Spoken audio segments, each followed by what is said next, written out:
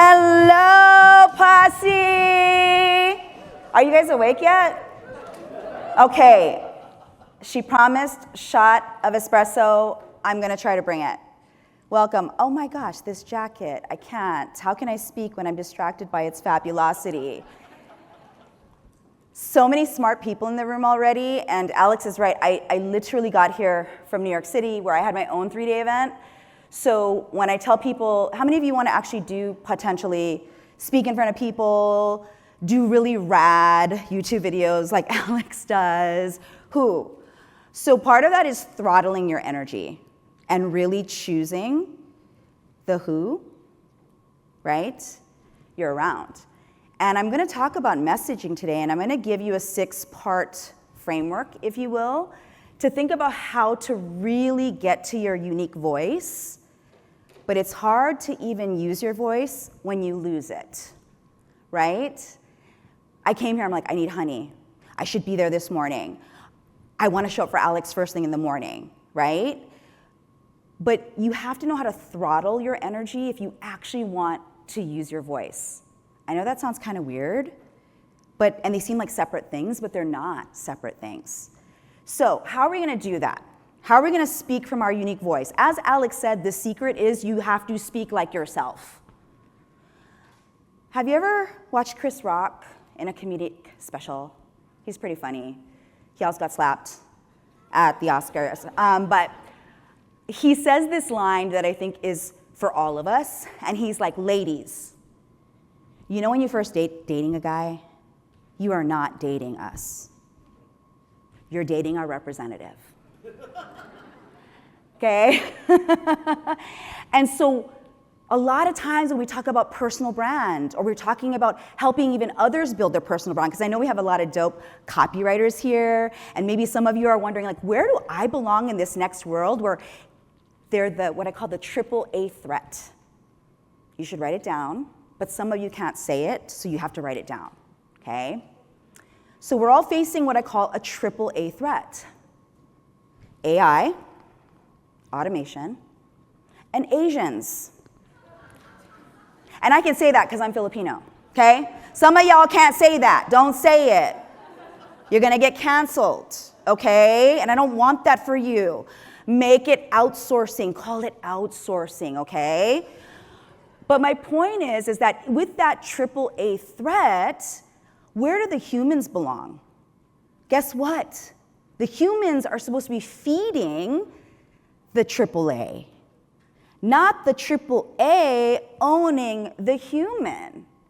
And that's why I love what Alex does and the people that she unites, because actually innovation requires humanity. Humanity creates innovation, and in order for that to happen, we cannot have the manufactured machine of you speaking for you. Yes? You all agree? So I'm not going to meet your representative here, right, when I meet you outside. I'm going to meet who you are. That's the first rule, okay? So Alex already talked to me, but if you want, I can talk about myself for 30 minutes. No problem. Only because people always assume that I am an extrovert, and actually I am totally an introvert. I don't even like people that much. And when I say that, I like you people. Like the rooms I step into, because I want to have curious, delicious, deep conversation. Am I right? Like, who likes to just talk about the weather? Oh, we know it's fucking raining. We don't need to talk about it more, right? Like, tell me about you. What keeps you up at night? What are you excited about? Guess what? Whoever you're speaking to in your brand or your services that you're providing, they actually want that level of engagement too. But you're trying to do a 3-point checklist of all the things you should fucking talk about. That's you being an annoying ass small talker. Don't be that, okay? And what I learned, because I was one of those kids in class that had so many questions, and I was so annoying. In 2nd grade, Sister Fatima asked, what did they ask you in 2nd grade, the class? What do you want to be when you?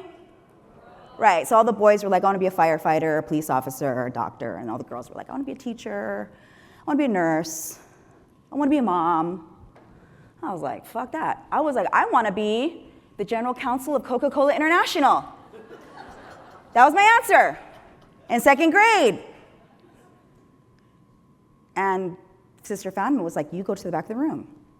And it was a moment where I realized like being myself, and if you have that core memory of like when somebody told you being yourself is too much, or that's a stupid question, or you shouldn't ask that question. And I want to invite you in a world where the machines will generalize and genericize and list a fucking size. I'm so sick of listicles. Sick of them. If it has a listicle, it better have a story.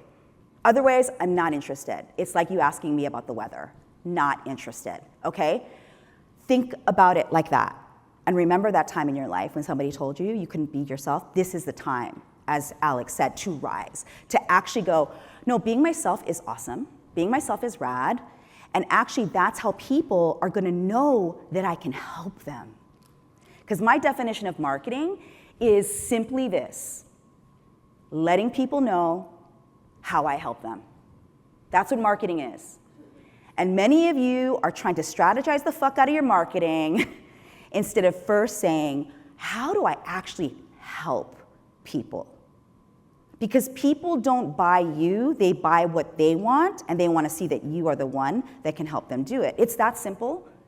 I know it doesn't seem like it sometimes, but that's the trick.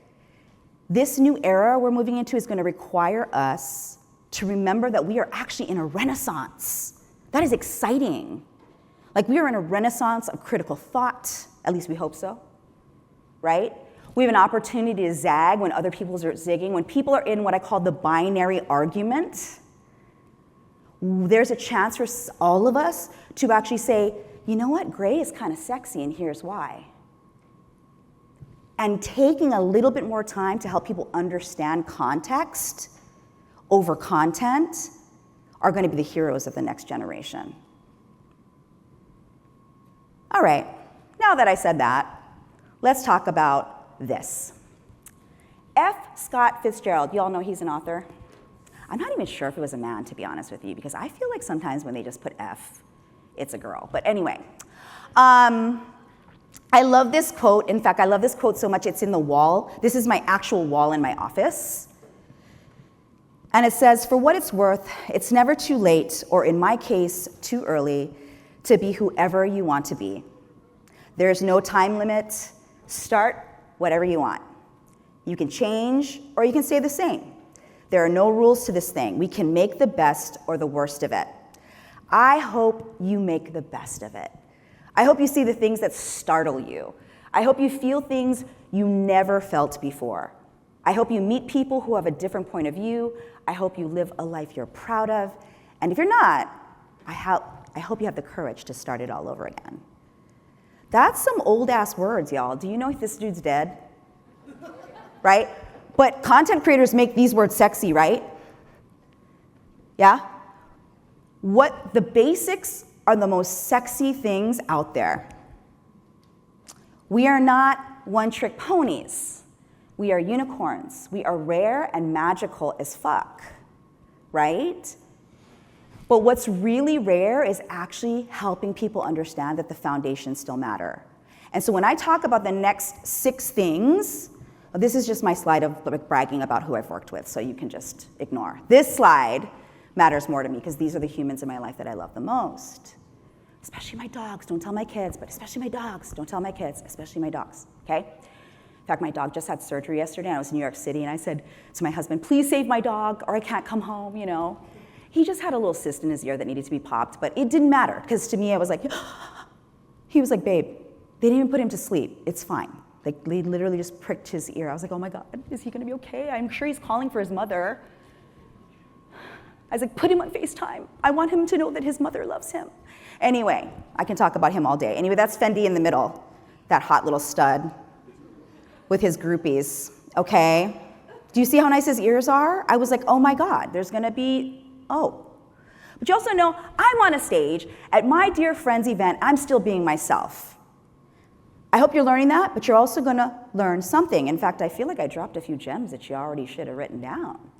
that even if I get off right now, if you apply it, even Chris Rock's impersonation, that you got that ultimately being yourself is the greatest asset that you have, okay? So for me, it's always about what are my values? How many of you come from corporate in any way or had a traditional job in your past life, or maybe your current life? So what's interesting too about entrepreneurship and even freelancing is that one of the biggest mistakes that I found out when I left the corporate world after 12 years, and I was a top marketing executive of one of the biggest companies in the world, and my specialty is what they call go-to-market. I'm the one that they give me the product, and I know how to bring it to the market with speed and success. And a lot of money, right? Trillions of dollars moved. And the funny thing is, even if you are just starting out, right, the principles are still the same. The scale is different, the timing is different, and the money available to launch the thing is different, but the principles are still the same. And I think a lot of people, when they leave traditional workforce, they think, okay, I don't want to bring that shit with me. That shit was boring, red tape, dogmatic, asshole of a manager. And I want to invite you to remember that actually your ability to put what I call structure with your strategy. And Alex is such a great, this girl, like she can, have you guys seen her frameworks? Many of you are in her programs, yes? Like she is such a boss at structure because I say structure creates freedom. And structure does not have to kill your art. In fact, artists are some of the most anal retentive people in the world. They won't even let you look at their shit until they're done, right? And they're in their little studio. There is a process, right? So don't abandon structure for strategy. Don't abandon your vision for strategy. You need all of it, okay? And you also need to know what matters, which is your values, which we're gonna get into that. So, how do you fully harness the power of your unique brand voice? How? Well, first, again, you talk like yourself. Don't be weird. Actually, be weird and just accept that you are awkward. Awkward posse, yes! I'm hella awkward. I like being on the stage. I feel safer up here than down there with you. I'm like, I might have to get to know them, Then I'm gonna have to remember their name. I'm awful at that stuff, right? I try to learn from Jim Quick, but I still can't learn your name. I'm gonna try though, but I promise I'll never forget your face. And I know for sure I'll never forget your heart. I guarantee that. And sometimes we get hard on ourselves, right? Like I'm fighting to be unique when you're already unique. You already are, okay? So, I'm a frameworks girl. Ultimately, I am a strategist. I love strategy. Strategy turns me on. It gives me brandgasms. Yes, I love them so much. You know why? Because a lot of people talk about vision. Yeah? Futurist, dream. And I love that, by the way. You need a vision. You need to keep dreaming. You need to dream about the future that you would like to not just live in, but leave behind. Yes? Everyone, yes? I'm sure Gio was here this morning talking all about that, right? And then there's the flip side of the coin. The other side of the coin is what? Execution, the doing, right? And we know without doing, vision is futile, yes? But guess what? Without strategy, you don't make money. Because strategy is the crazy glue that links vision to execution, okay? And so I'm obsessed with strategy because I really believe it's the place. And I started out my career at Ogilvy and Mather. I was a junior copywriter on, guess what? The Coca-Cola account. So see, Sister Fatima, I didn't become a lawyer, but I was a junior copywriter. Okay? And what I realized when I worked there is I actually didn't love advertising anymore, but I did love strategy. I was like, whoa, these people are the rainmakers. And a lot of people who do copy don't realize you're a rainmaker too. Oh, rainmaker, R-E-I-G-N, rainmaker? That's what Alex does here, right? Strategizers in the world of any size are the people who actually move the chess pieces in business. So we always give credit to the person who has vision, which is great because they should get credit because they were brave and bold, etc. But strategy is sexy because it's what made that vision come true, because without strategy, it won't come true. So today, I'm going to teach you the strategy to really harness the uniqueness of your message. Because you know what marketing is? What's the definition of marketing for those of you written down? Yes, this is a test. Oh, she gets an A. What's your name? Luciana, you're my favorite. That's what I told my publisher recently. I just want to be your favorite. So marketing, think of marketing. Marketing is not a funnel. A funnel is a machine that helps marketing, right? Just like a computer doesn't work without an operating system. So what is the operating system of the computer? The message. The message is what makes the marketing work. The message is what makes the marketing funnel work. So when people tell you, I bet, how many of you have services and people hire you to help them with copy and whatnot? How many of you love it when they're like, can you just make sure I get all these conversions? And you know, Russell Brunson, he set it all up. You know, I'm only one funnel away from my $1 million. And you're like, bitch, only in your head, because you want their money. Do you know what it takes to write captivating, highly converting copy? You're not just copywriters if you are that or you identify as that, you are strategists. Okay? You're connecting the dot between vision and execution. And you're making sure that that dumb machine works. But Russell's getting all the credit and all the money and the monthly recurring revenue. Doesn't that make you feel good? You're so badass. And sometimes when we're freelancing or we're doing work like that, we don't think of ourselves as that. And I'm not saying to get an ego about it, because if you do that, you might get in trouble too. What I'm saying is acknowledge that what you are doing is so important, it's actually moving the fucking world. Brands shape culture, and marketing moves people. We don't do anything without being marketed to. Nothing. And we live in a world, I'm old, okay? I always tell people, I'm not a spring chicken, I'm a seasoned chicken. I entered level 5 this year. I turned 50 in February. I know, I told you I'm Filipino. We've got something, you know, helping. I don't know, but every day I fear I'm not gonna look like this tomorrow. But my point is that those 6 things, after all of these years, I tell you how old I am is because I'm happy about it finally. And I know my shit. What if when you're teaching, you're like, I know my shit. Isn't that great? What if when you're like, hey, you should pick me as your copywriter. I know my shit. That feels good, right? You don't even have to say you know your shit, because they're gonna know you know your shit, because you're gonna address these 6 things I'm about to teach you. Are you guys excited or brandgasming? Just lie. Yes? Okay, good. Okay. So there are only 6 things. I've done all of these, honestly, research, study, everything, over all of these years to really go, what are the things that if we have these components inside of our marketing that will make us stand out even if we're doing the same thing as other people? Because guess what? You are doing something like other people. When everybody's like, I got a new idea. Great.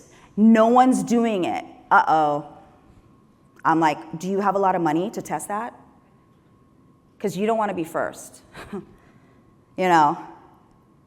So instead of worrying that other people are doing the same thing as you, it's like, what are the 6 rare things that you can talk about that are yours? So let's jump into those. The first are your values. Now this is really a GIF. Michelle Obama is dynamic. Okay. But what are values? Write this down, because if I could put all my slides behind, this would be a day-long presentation, okay? Values are an equation. Your values are a mix of your vision, your voids, and your violations. The 3 V's. Vision, voids, violation.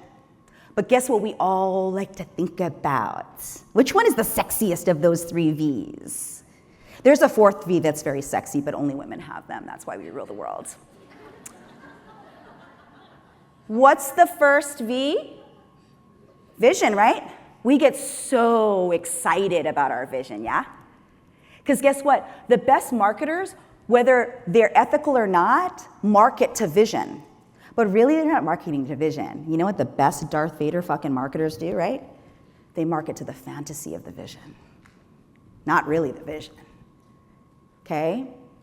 So by the way, your values, the 3 V's, need to attract people who have aligned values, not the same, but aligned, that they can see themselves in your values. So your vision is your future self. So write that down because it's not going to be on the slides, okay? Your vision is your future self. Who am I in the future? What do you dream about how you're seen, how you're respected, how you're recognized, how you're paid for that? Who is that person? Next exercise. What are the voids in your life? What is a void? It's your present self. Your present self. The question there is, what voids or what is missing right now or what I perceive to be missing right now? Some of you might perceive like, I don't have enough skills to be successful, right? Or I don't feel like there's a community that I feel like I belong in. This is a great community to belong in, right? Yes? This is great, right? And so it's like, what are the voids? What is missing? Because it's managing your values right now. What's the third? Violations. That's the tricky ass biatch. Is your violations, because your violations is your past self.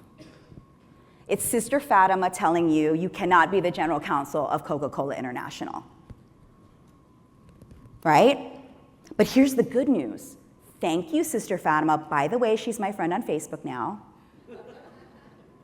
I was in 2nd grade in 1982. She's looking good. You know, she's Filipino too. I was like, hey, dang, Sister Fatima. Now, I don't know what's under that, you know, her thing, her habit, but she looking good. And she tells me, she writes to me, Jenny, I'm so proud of you. You're still the same. Well, why don't you tell me that back then? You've been in my head for fucking 45 years. And you're closest to God. You know what I'm saying? You're a nun. What?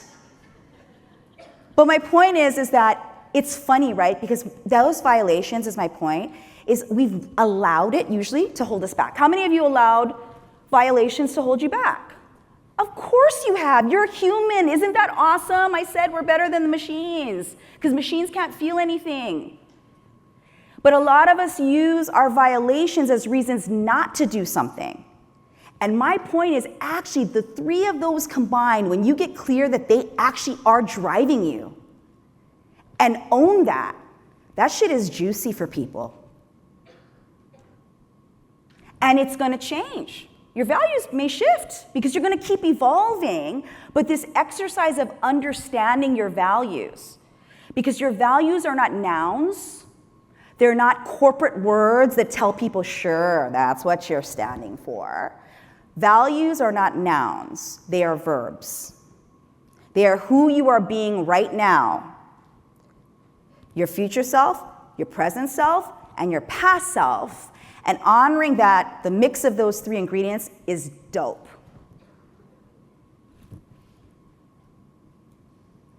I tried to sell a book about this. They didn't want it. They said nobody would get it. I'm like, you don't want to make people think different. But actually, that's what the world needs. We need Steve Jobs' brain again. We need to think differently. We need to be thinking about how we can stoke people's minds a little bit more because they're constantly being dumbed down by the 3 A's. right? Including me, I'm one of them, I'm an Asian. You know, listen to me, I'm telling you, I'm gonna run the world. Okay? No, they're even scared of me. Whenever I go to the Philippines, they're like, why do you talk so much? I don't know. So take a quick score. This is just a quick score. This is not like, you know, you're gonna get an A like Luciana. She's already my favorite, okay? But when I tell you about values, when you think of values and you ask yourself, am I really operating from that true me? If not, just give yourself a little score, because this is not about getting a grade. This is about self-reflection. This is about awareness. Because there's no such thing as good or bad values. There's just aligned values with the people that you want to attract. You know, when you're repelled by someone, even a politician or a celebrity, they're doing that on purpose. But instead of being mad about it, well, you can't get mad. You can feel however you want. Feelings are valid. But like whenever I see my not favorite politician, I'm like, bro, you're such a good marketer. The best marketer in the world right now. When people don't want to talk about politics or pop culture, I'm like, what are you talking about? That is brand. And if you don't know how the world and people and your customers are being affected by that messaging, you have to name your values even louder, or at least show them in the way you create content, yeah? Juicy? Juicy? Is it gonna change the way you think about how you're gonna message yourself? Yay, next. Brand archetype influence mix. Now, I know that Alex teaches archetypes too, because we didn't make up archetypes, Carl Jung did. You're familiar with Carl Jung, J-U-N-G, right? Yeah. So when I was at Ogilvy, this is where I was introduced to the idea of archetypes. And because we have the Coca-Cola account, guys, this is how old I am. My son is like, Mommy, you lived in the late 1900s. Yes, I did. I was born, I am a Generation Xer and proud of it because we invented everything and then we fucked everything up, right? We used to play outside and we were the first to have a cell phone, and the best cell phone ever was the BlackBerry. Just saying, I will die on this hill, okay? Because actually you could have all the power at your hands, but you'd still talk to people, yeah? Now we're all in our phones. We are controlled by the machine, right? So anyway, I learned this back in, oh my God, again, I'm just aging myself, 97. And I remember we were in the war room and they were doing a Coke and Pepsi battle. The account executives, the advertising executives, very sexy, but you have to tolerate a lot of cigarette smoke and a lot of alcoholism, but it's really fun. And they were like talking about how Coca-Cola was a muse archetype brand, and how Pepsi was a ruler archetype brand. And one thing I learned really fast was like, whoa, not only is this very cool, and gave me a perspective on storytelling, but it gave me a huge perspective on strategy. Because Coca-Cola was first made with cocaine, right? No wonder it worked.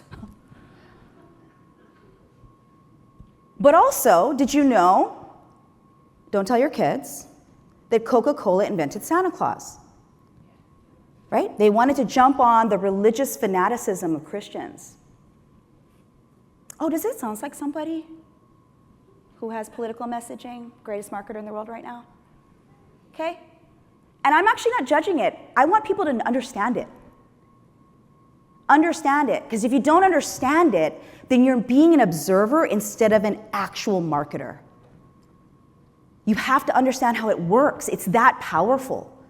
And all of that storytelling and your most unique voice and your most powerful voice comes from speaking through your brand archetypes. So I talked about values first. This is archetypes. Archetypes are about your voice. Okay? Ruler archetype, what do they care about? Celebrity, the best, the most awesome. Pepsi, who do they use as their advertising people? Britney, MJ, Cindy Crawford, right? But you know what the muse archetype Coca-Cola did? They speak to nostalgia. Santa Claus. Polar bears. Christmas. Did you guys know that polar bears actually hunt humans and eat us? They are the most threatening mammal on the planet. But Coca-Cola makes them look nice. I'm like, we better never go on an expedition and think we can hug some fucking polar bears. They will kill you. The black and the brown bears will run away, but the white bears, they will kill your ass. Isn't it interesting? Do you see how powerful that is? So actually, when you harness the power of archetypes and you actually know what yours is, and you start to use it in your branding, because people will be like, oh, the ruler archetype and the alchemist, they are just so visionary and powerful. I'm like, look at what Coca-Cola does. Walt Disney is a muse archetype. Who doesn't love Disney? Nobody likes the lines. Nobody likes that it costs the amount of a house now to go for a fucking day. But we love being part of the Disney brand because it makes us dream, right? It makes us imagine a beautiful time in our life when things were simple and we were having fun. So each one of these archetypes are important. And I know I'm going to run out of time, so I'm actually going to skip them. I don't know what slide it's on because I want to get through all other four, but I wanted you to actually get what archetypes are, okay? Because that's more important than just being like, what's my archetype, what's my archetype, what's my archetype? How are archetypes used? And when you know what yours is, how will you use it to stand out and be unique? That's what's important with the lesson here, yes? I don't know what, you guys are gonna get upset. You're like, she has like 10 slides and she's not teaching it to us. Don't worry, you know, Alex knows. We have a great video, me and Alex, on her YouTube channel about this whole topic. Go watch it, okay? Okay, I'm going, don't get stressed. Don't get stressed. You're having anxiety. Oh my God, Jen, teach me this. Teach it to me. No, I will not. The point is that there are 3 archetypes. Your top one is your dominant archetype, and then you have 2 supporting characters, your intrinsic archetype and your intuitive archetype. This is actually my archetype mix. The ruler, see, I'm like Pepsi, and I hate Pepsi. I'll tell you why. Because I said I want to be the fucking general counsel of Coca-Cola, so I just hate it. Those are core memories. I don't even know why I don't like Pepsi. It has nothing to do with anything except that I remember that moment. Isn't that interesting how archetypes are that powerful? Okay? Your dominant archetype is the most important, and I call it like it's your main protein. You know, we need protein to live, yes? So it's your protein. It's what people actually need. It's a what do they call those things? Because I'm not a wellness expert. I mean, I'm perimenopause now, so good God. But I can say that basically it's an amino acid, right? Proteins are like functional for life, yes? You need protein. Think of intrinsic archetype and intuitive archetype as the salt and pepper. Because chicken does not taste good without seasoning, right? So your intrinsic archetype deepens the flavor of your voice, and your intuitive archetype spices it up. Now, without knowing archetypes, but me telling you that I'm a ruler, explorer, lover, do you feel me? You don't know me though, right? But do you feel me? Because my voice is this archetype mix. And I used to be scared. I was like, I don't want anybody to tell me that I'm bossy. But I am fucking bossy. I drink and I know things. My husband got me that shirt for Christmas one year. And then my kids got me this jersey, because we're big San Francisco 49ers fans. I'm okay that we're in Vancouver. It bothers me we're a little close to Seattle than I like. But they got me a jersey. It says, Jen, don't lie.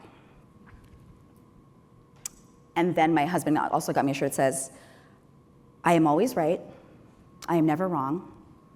I thought I was wrong once, but I was wrong. It's like my family even understands my brand archetypes, and they don't even know what this shit means, right? All right, so in terms of really embodying your brand voice, score yourself as I've described it. I know there's more to learn. Again, there's lots of education on YouTube. Okay? Next. The technology I call Tess. Even my AI bot, her name is Brandy with an I. Brandy. What does TESS stand for? The experience story sequence. Write it down. People will be like, what was the T again? What was the T again? It's the experience story sequence. Okay? What does that mean? You only need to tell 2 stories over and over again. Specifically, I actually have a formula. It's 14 of them. If you tell the same 7 authority and 7 approachability stories over and over and over again and create infinite content around these 14 stories, people will follow you. I've actually tested it. What are authority stories? Things that prove you know your shit. Whether it's your degree, whether it's a certification in something, but you know what the best authority stories are? What do you think? Case studies, testimonials, doing work with people, then that gets people stuck. They're like, that's a void, that's a void, that's a void. I'm not living my values, Jen, that's a void. I don't have enough clients, Jen, that's a void. I'm like, no, that's why you should go get 3 free clients, serve them completely, and use that as currency. But a lot of us are on our head, and I'm like, just go do that. Your life will be easier. Next, approachability stories are what makes you like me or not like me, right? So I'm a mom. I'm a dog lady, right? I'm from Hawaii originally. I told you I'm Filipino. When I was little, people said that I was a comedian. Well, my mom said I could never make money that either. You know, I was like, dang it, Mom. But point is that approachability stories are like, what makes you what do you want to tell people so that you attract them? Because if you want funny people to come to you, be funny if that's real for you. If you're actually serious, be serious. There's absolutely nothing wrong with being serious. In fact, people who actually value seriousness or academia don't want to follow funny people in general. Do you know how much money these people have? These academics? They're on LinkedIn, not Instagram, FYI. Okay? This is actually what creates trust, is actually that you're using these stories, using your brand voice, and in your values. Do you see how there's a formula here? Are you guys excited? Is this fun? I can talk about this all day. All right, so rate yourself. How do you feel like you're doing with your storytelling based on how I described it? Okay? Next are your frameworks. I call them use cases. Use stands for unique, solution, expertise. What is the unique solution you provide? That is not your offer. It is the unique way you deliver your offer. That's what this is. This is actually the strategy. This helps you create infinite content too, because now you can hook your stories to your process. And that's something you could put a registered trademark on. FYI, I'm getting seen, heard, and paid. I have the registered trademark, and I've had it for 13 years. Sucks to be first. I'll tell you all my stories about being first. But smarter marketers who like machines go faster sometimes, and I'm okay with that because they pay me lots of money, right? So this is an example of a simple framework that everybody recognizes, right? This is an example of the new framework in my upcoming book, Unicorn Team, that talks about how do you get your idea to the world. This is the actual innovation model that's inside of it. This is the unique message model that I'm teaching you today. I'm a ruler, right? Ruler, brand archetype, dominant. It's important if you're a ruler especially to have shit that you can say, this is my IP. This is my intellectual property, it's mine, it works, let me tell you why. Then I use my case studies to show who's won. All right, scale of 1 to 5. Do you feel like you have a framework or a set of frameworks that people will know you for? And sometimes you don't have to build it. You can get certified in another framework. You know, have you ever wondered, like, should I get certified? Then it's not mine. No, if you're certifying, it is yours to use now. But the problem and why you're not doing it is because of the other things we shared. Values, brand archetypes, stories. That's what makes the unique framework that you got certified in different than other people who are practicing it. Do you see that? If you have a certification process and you want to sell more of that to people like us, call me. Because I will tell you that part of it is you're not teaching them that they can do it with this set of other things together. Right? Next, because so many people teach offers, right? So I'm not going to go deep into offers, but obviously you need to have an offer that people want, right? What is marketing? What's the definition of marketing by Jen Kem? Letting them know how you help them. So your offer has to directly help them based on the use case or the framework, based on the case studies that show that the framework works, based on the fact that you have an authentic and true brand voice, based on the fact that you are living your values. Now your offer is going to be more irresistible because they're going to be like, this chick is legit. And if she's not, I don't care. I'm still going to buy what she's serving. Hopefully you're legit. Because the thing about being great marketers, we know we can either be General Leia or Darth Vader, yes? I choose to be General Leia on most days. You know, it's the name of my Tesla. I have a Tesla X. I just got a bumper sticker that says, I didn't know about who he is now before I bought this. So, just kidding. I love futurism, but I also believe that sometimes when you're richer than God, marketing doesn't even matter anymore. And that's why it's really important to keep things clear in your own mind, right? All right, lastly, you need to have a rich niche. I know people talk about niche all the time too, right? Boring word, Jen. Well, my definition's not boring because what's being taught on the internet, I feel like so is below us. It's a listicle. What's your niche? What's the demographic? What's the psychographic of the person? Yawn.